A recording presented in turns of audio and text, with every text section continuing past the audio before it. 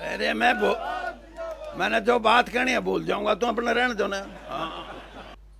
Republic है, Republic को हिंदी में क्या बोलेंगे?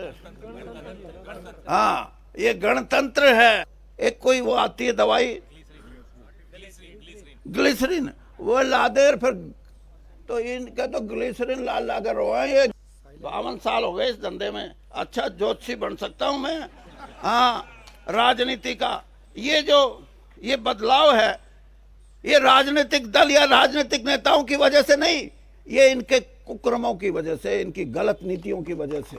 मेरा बेटा, मेरी धर्मपत्नी रणदीप, मेरा भाई, मेरे मामा का छोरा और भूपेंद्र सिंह हुड्डा मेरी बुआ का छोरा। हाँ, मेरे को 10 दिन में 15 दिन में एक टाइम दे दो, 2-3 लाख लोग इकट्ठे करेंगे हम। करोगे ना? हाँ, उसे दिन इनका बोरिया बिस्तर बंद ना हो जाए तो मन ने पकड़ लियो। धन्यवाद।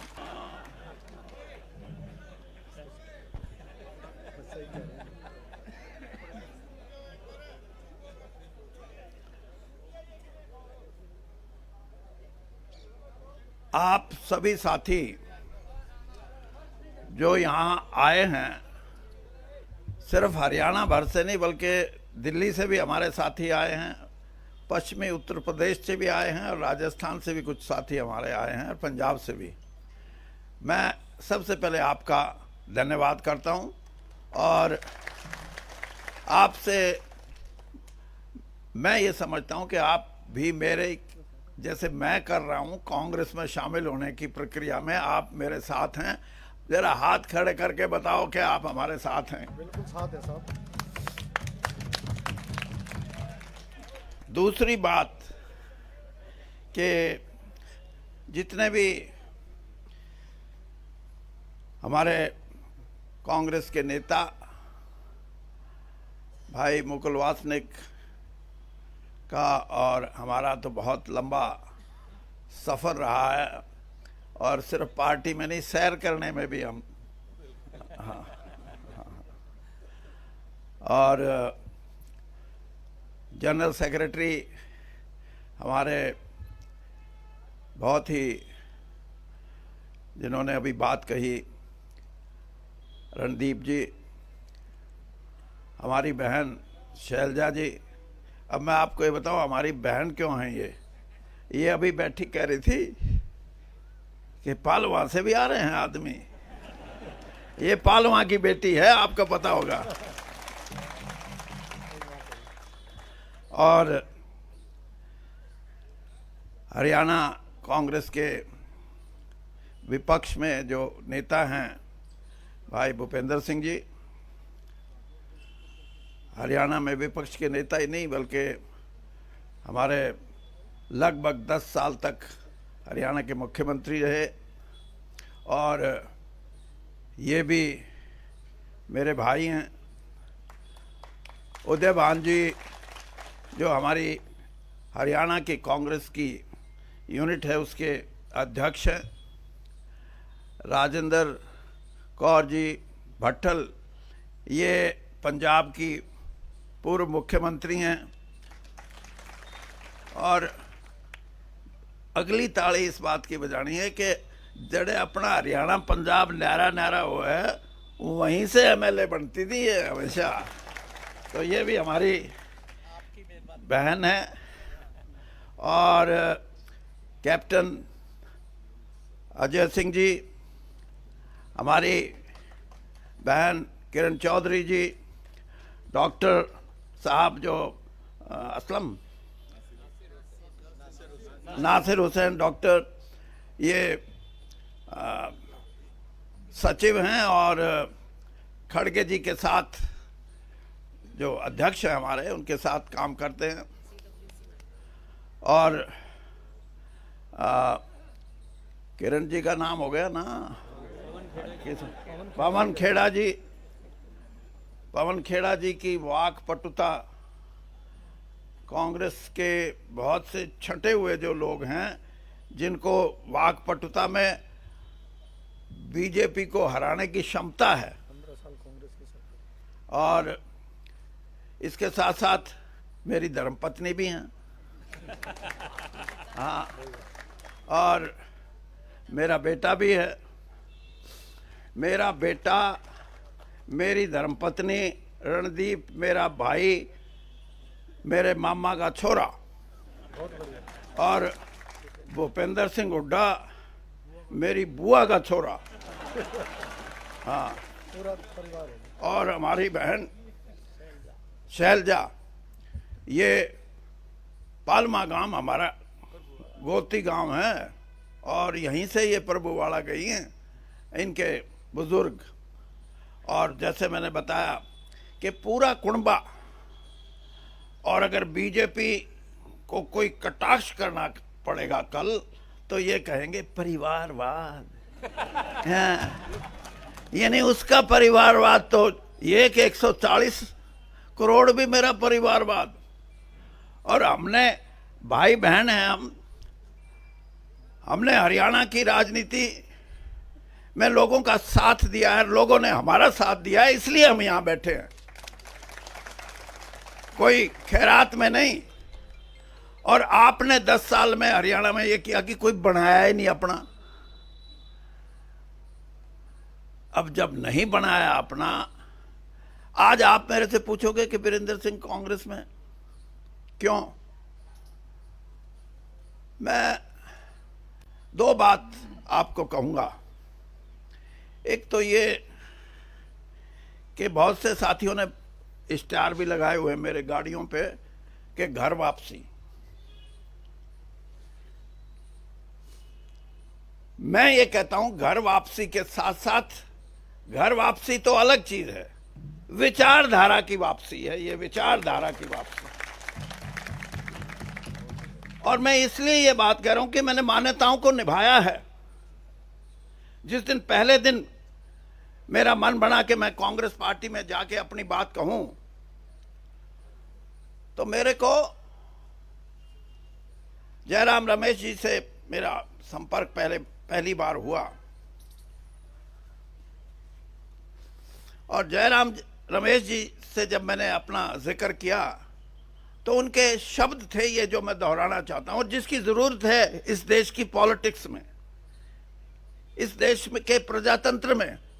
जयराम रमेश जी कह रहे थे कि आप बेशक विपक्ष में रहे हैं, मतलब कांग्रेस के विपक्ष में, लेकिन आपकी प्रेजेंस, आपकी उपस्थिति भारतीय जनता पार्टी में एक ग्रेशियस बात थी। आपने कोई छोटी बात किसी नेता के बारे में और किसी पार्टी के बारे में नहीं कही। और आज भी मैं ये बात कहता हूं कि इस देश के जो प्रजातंत्र से जुड़े हुए लोग हैं, जो अपने आप को नेता और बड़े नेता की संज्ञा देते हैं, उनको भी व्यवहारिक रूप से कुछ मान्यताएं हैं, कुछ गरिमा है, उसको निभाना चाहिए। और अगर हम इन मान्यताओं को निभाएंगे तो हमारा देश मजबूत होगा।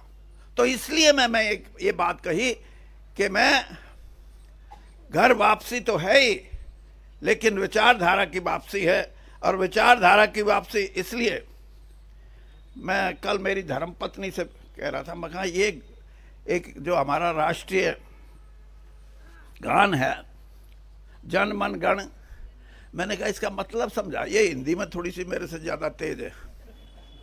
हाँ, और उसके आगे है अधिनायक, जन मन गण अधिनायक। इसका मतलब ये कि आजादी के बाद इस देश के कर्णधार, इस देश पे राज करने वाले राजनीतिक दल या राजनीतिक नेता नहीं, बल्कि जनता है, प्रजा है इस देश पे राज करने वाली। ये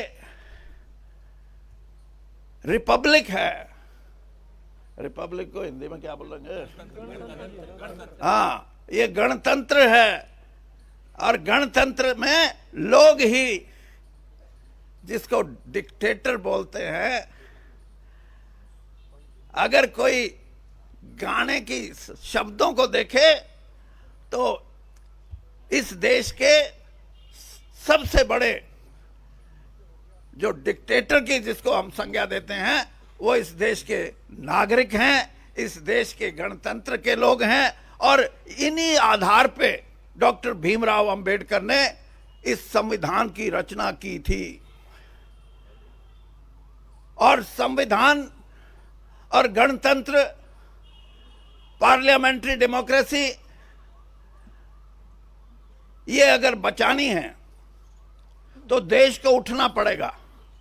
देश के साधारण से साधारण आदमी को उठना पड़ेगा। मैं सिर्फ वोट की बात नहीं कहता, मैं वो बात कह रहा हूं जिससे ये देश लड़ना चाहता है, अपने गणतंत्र को बचाने के लिए, अपने संविधान को बचाने के लिए, अपनी मर्यादित राजनीति को बचाने के लिए। अगर ये चाहते हैं तो इस किस्म की संरचना करनी पड़ेगी। बहुत से लोग बड़ी बड़ी बात करते हैं। आप कहोगे कि आप भी 10 साल भारतीय जनता पार्टी में रहे। मैं आपको सिर्फ इतना कहना चाहता हूं, जिस दिन मैं कांग्रेस से विदा लेके गया, मैं श्रीमती सोनिया गांधी से मिल के गया था। मैं उनसे क्षमा याचना करके गया था कि किसी कारणवश मुझे भारतीय जनता पार्टी में जाना पड़ रहा है। और जिस दिन इस देश के प्रधानमंत्री आदरणीय मोदी जी ने मुझे अपनी कैबिनेट में लिया, उससे 5 घंटे पहले मुझे बुला के कहने लगे कि वीरेंद्र सिंह जी, आपका राजनीतिक सफर। मैंने कहा जी, राजनीतिक सफर तो बहुत लंबा हो गया, 42 साल कांग्रेस में रहा हूं। और मैं आपको सिर्फ इतना बताना चाहता हूं कि मैं उन राजनेताओं या उन राजनीतिज्ञों में नहीं हूं जो एक पार्टी छोड़ के दूसरी पार्टी में आके अपनी पैंठ जमाने के लिए दूसरी जिस पार्टी को छोड़ के आए उसके बारे में, उसके नेताओं के बारे में अपशब्दों का इस्तेमाल करें। मैं आपको भी ये कहना चाहता हूं कि मैं श्रीमती सोनिया गांधी से मिलके आया हूं, और जितना विश्वास और जितना आशीर्वाद राजीव गांधी जी ने और उसके बाद श्रीमती सोनिया गांधी ने मुझे दिया है, मेरे राजनीतिक जीवन में और दूसरा आदमी हो नहीं सकता। और इसलिए मैं आज भी ये बात कह रहा हूं कि मेरी कांग्रेस में वापसी, लेकिन मैं जिस पार्टी में 10 साल रहा हूं उसके लिए भी कभी घटिया बात नहीं करूंगा। इस राजनीति को बंद करना चाहिए। इस देश में जो घटिया बात करते हैं, जिनकी सोच इस बात से है कि हम अपने ऊपर वाले को खुश कैसे करें। मैंने ऊपर वालों को नाराज करके राजनीति की है। हाँ, और मैं ये देखता था कि मेरे को क्यों नहीं निकाल देते जल्दी। हाँ, जब मैं किसान के साथ खड़ा था, किसान भाई मेरे को आके, किसान ही उनके संयुक्त किसान मोर्चा के भी कुछ साथी मेरे को आके बोलते थे कि भाई सरकार ने बात करनी बंद कर दी, वीरेंद्र सिंह आप हमारी बात सुनते हो, कम से कम इनसे बात कर लो, कुछ निपटारा हो जाए। निपटारे की मैंने कोशिश की और आखिर में ये बात आई, किसान यूनियन के भाइयों ने कहा कि कम से कम इतना तो करो, जिसके बारे में भूपेंद्र सिंह हुड्डा भी हमेशा बात करते हैं। मैंने कहा बताओ। तो एमएसपी की बात जब हुई तो सरकार ने कहा नहीं। उसके बाद मैंने कहा और कुछ बताओ, तो हमारे जो किसान भाई आए थे आंदोलन में जो शामिल थे, उन्होंने कहा भाई इतना तो करा दो कि चाहे बाहर बेचो चाहे भीतर बेचो, एक बेंचमार्क जिसको बोलते हैं वो स्थापित कर दो, उससे कम हमारी जिन्स नहीं बिकनी चाहिए, फिर हम बाहर भी बेच लेंगे अंदर भी बेच लेंगे। मैं आपको ईमानदारी से बताता हूं, यही है जिसको मैं कहता हूं कि हमारी सोच, भारतीय जनता पार्टी की सोच और कांग्रेस की सोच में अंतर। जब मैंने ये सुझाव रखा किसान का कि वो ये कह रहा है कि बेंचमार्क तो बता दो कि इससे कम कोई नहीं खरीदेगा, चाहे बाहर हो चाहे भीतर हो। जो 5 लोग वहां बैठे थे कूद के पड़े, कूद के। हाँ, मैंने कहा क्यों कूदे? उनके मुंह से निकल गया, अरे चौधरी, हम खरीदने के लिए जिस भाव से हम खरीदेंगे उससे खरीदेंगे, हमको न्यू नहीं करते। मैं मगा भाई बेड़ा गर्क है जिसने, हाँ ये कोई इंसाफ नहीं है। और आज भी मैं इस बात को कहता हूं कि हमारे इकोनॉमिक रिफॉर्म्स हुए नरसिम्हा राव जी के समय से लेकर 33 साल 34 साल हो गए, क्या मिला है किसान को, क्या मिला है गरीब कमेरे वर्ग को? आज मैं कांग्रेस के मंच से ये बात कहता हूं कि इस देश की 70% आबादी जो अपना खून पसीना बहा के मेहनत करके कमाती है, चाहे वो किसान के खेत में और चाहे वो हमारा कमेरा वर्ग हो, उसको इंसाफ नहीं मिला। और उस इंसाफ के लिए हमारा जो घोषणा पत्र है, आज तो मेरा भी हो गया, कल तक तो नहीं था ना, जो हमारा घोषणा पत्र आया है उसके अंदर एक एक बिंदु मैंने देखा है, और उस बिंदु पे कई बार तो घोषणा पत्र आते हैं बिंदु अटके के अटके रह जाते हैं, लेकिन अब की बार जिसने बिंदु बनाए हैं उन बिंदुओं पे राहुल गांधी जी की मोहर है, उनकी मोहर है। और मैं ये भी मानता हूं कि नौजवान आदमी ही क्रांति ला सकते हैं, और उन्होंने कह दिया कि एमएसपी का कानून बढ़ाएंगे। मेरा उनसे थोड़ा बहुत सूत बैठा तो मैं उन्होंने कहूंगा जी इतना बता दो कि किसान बाजा बाजा फिर कहा भाई मेरी गोद गर्म हो जाए, ये ठीक दे चाहे। यही बात कमेरे वर्ग के लिए। तो ये जो वास्तविकता है, इससे भारतीय जनता पार्टी तो कोसों दूर है, और कोसों दूर इसलिए है कि उनका किसान प्रेम, उनका गरीब प्रेम मैंने बहुत नजदीक से देखा है। इसलिए कह सकता हूं मैं, प्रेम नाम की चीज नहीं है। ये जो सिनेमे देखो ना, इसमें जब रोए है ना, ये चाहे औरत रोए चाहे आदमी रोए, तो ऊं तो रोना क्या होगा, फोटो खिंचवानी है, एक कोई वो आती है दवाई ग्लिसरीन, वो ला दे, फिर तो इनका तो ग्लिसरीन ला ला कर रोए, ये गरीब के लिए और दूसरों के लिए। इनसे उम्मीद मत रखो। और मैं आपसे दावे से कहता हूं कि इस देश में करवट बदल रहा है मतदाता। 52 साल हो गए इस धंधे में, अच्छा ज्योतिषी बन सकता हूं मैं।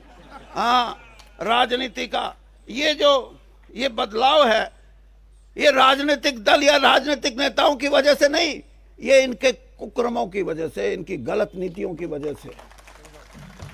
और बदलेगा, और जब भी पलटा लगेगा, इस देश का मतदाता, इस देश का युवा, इस देश की हमारी बहनें ये लगाएंगी पलटा, और पलटा लगने को तैयार है। 1.5 महीने से मैं भी देख रहा हूं। और पलटा जब लगेगा, राहुल गांधी जी की बात करते हैं। मेरा बेटा जो एमपी है, ये इनके साथ एक कमेटी में एक दिन कहने लगा, ये डैडी, मैं हाँ भाई बता, ये राहुल गांधी परिवार की जो शख्सियत है, जो उसका करिश्मा है, ये आसाम में जाओ जब भी लाखों लोग, उड़ीसा में जाओ जब भी लाखों लोग, और हरियाणा पंजाब में आवे तो खेत में भी होए, ट्रैक्टर ट्रॉली पे भी होए, ट्रक में भी होए। राजस्थान में जाओ तो औरतें और आदमियों की। ये क्यों? ये मैं इसलिए बताता हूं कि आप समझो, पंडित जवाहरलाल नेहरू के बारे में जिस तरह बात करती है भारतीय जनता पार्टी, बड़ी बड़ी बात करती है। मैं आपको एक किस्सा सुनाता हूं, फिर देख लेना कि पंडित जी से बड़ा कोई आदमी इस देश में हुआ या नहीं। अहमदाबाद से चुनाव लड़ते थे इंदुलाल याग्निक। वो हमेशा इंडिपेंडेंट, निर्दलीय चुनाव लड़ते थे, और हमेशा जीत के आते थे। 52 में जीते, 57 में जीते, 62 का जो चुनाव था उसमें कांग्रेस के जो कैंडिडेट थे वो पंडित जी का किसी ना किसी तरह प्रोग्राम बना लिया रैली का वहां। और जब वो अपना भाषण कर रहे थे तो उन्होंने स्टेज पे बैठे लोगों से पूछा, अहमदाबाद से अब कौन लड़ रहे हैं? तो स्टेज पे बैठे लोगों ने कहा, जी इंदुलाल याग्निक। देखिए महानता राजनीति इन मूल्यों की होती है। पंडित जी ने उसी समय अपना भाषण बंद किया और कहा कि इंदुलाल याग्निक से अच्छा कोई आदमी नहीं हो सकता, सब इसको वोट देना, मुझे मेरी पार्टी की जरूरत नहीं। और यहां बड़ी बड़ी बात करते हैं।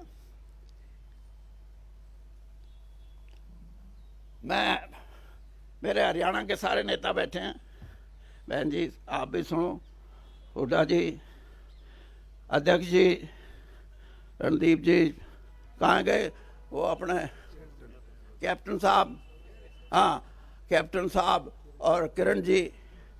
ये बात तो आज लंबी हो जाएगी, मेरे को 10 दिन में 15 दिन में एक टाइम दे दो, 2-3 लाख लोग इकट्ठे करेंगे हम, करोगे ना? हाँ, उसे दिन इनका बोरिया बिस्तर बंद ना हो जाए तो मन ने पकड़ लियो। धन्यवाद। धन्यवाद चौधरी साहब। आप कार्यक्रम का समाप्ति करते हैं। आप सबको बहुत बहुत धन्यवाद। इतनी धूप में आप लोग इतनी देर तक खड़े रहे, बैठे रहे, जूझते रहे, लेकिन अभी 3 महीने धूप में ही रहना है और संघर्ष करना है, कांग्रेस को जिताना है। एक बार कांग्रेस का नारा लगा दीजिए, फिर जाइए। कांग्रेस पार्टी जिंदाबाद। धन्यवाद।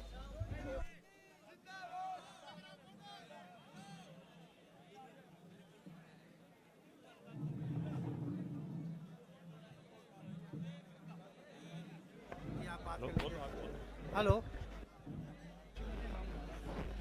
हेलो, ये एक फोन खो गया है, सैमसंग 92।